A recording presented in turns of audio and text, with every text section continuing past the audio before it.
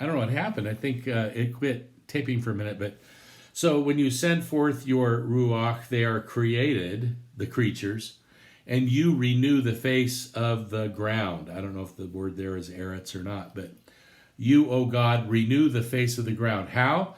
Most scholars believe that this is talking about the winds, winds, renewing the face of the ground in the springtime. Who knows for sure.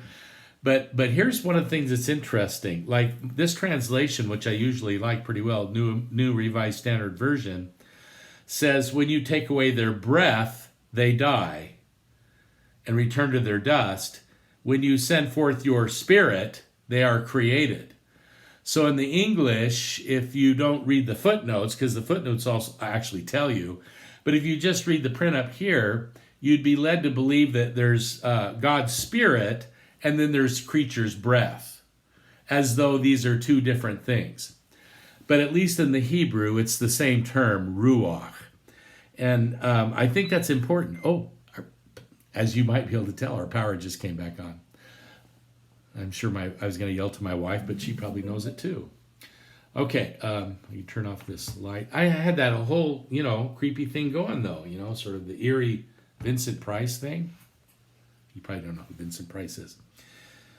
All right, so I'm just pointing out that in Psalm 104, God sends forth this ruach, God's breath, to make all creatures live. It's not just human beings, okay?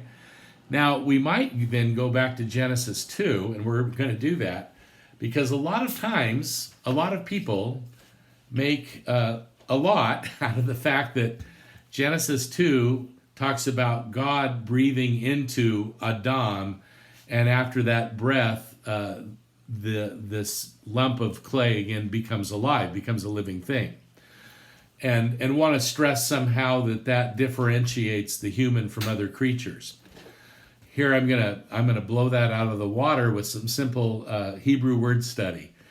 What Genesis says is that when God breathed into this Adam figure, not yet living, this became a nephesh. Okay, a nephesh.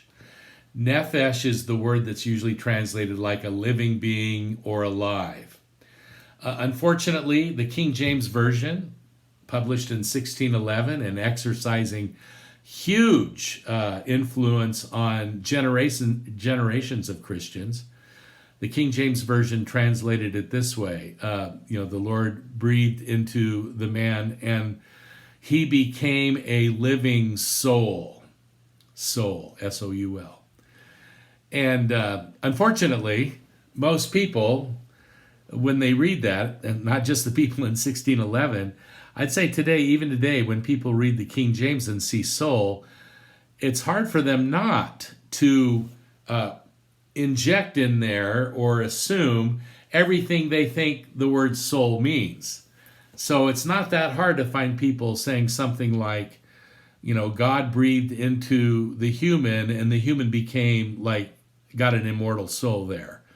Or this was the immortal spirit of God, so that everybody has, and then you get the language of a little bit of spark of God and things like that. Now again, what it actually says is that the lump of clay became nephesh. And nephesh simply means became alive. Alive how? By the Ruach of God, of course. Now, that's not the only point. Remember that later in Genesis 2, God says, it's not good for the Adam to be alone. I'm going to make a partner, someone to help, a helper alongside. And actually what Genesis says is, and so, having said that, so God scooped up out of the ground other creaturely shapes, made other animals out of the dust of the ground, just like the Adam, the human, and brought them to the human to see what he would name them. Now that's even fun, like to see what he would name them. Oh, there went my TV coming on. It's the weather.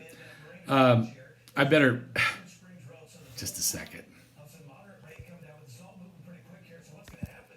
Well, oh,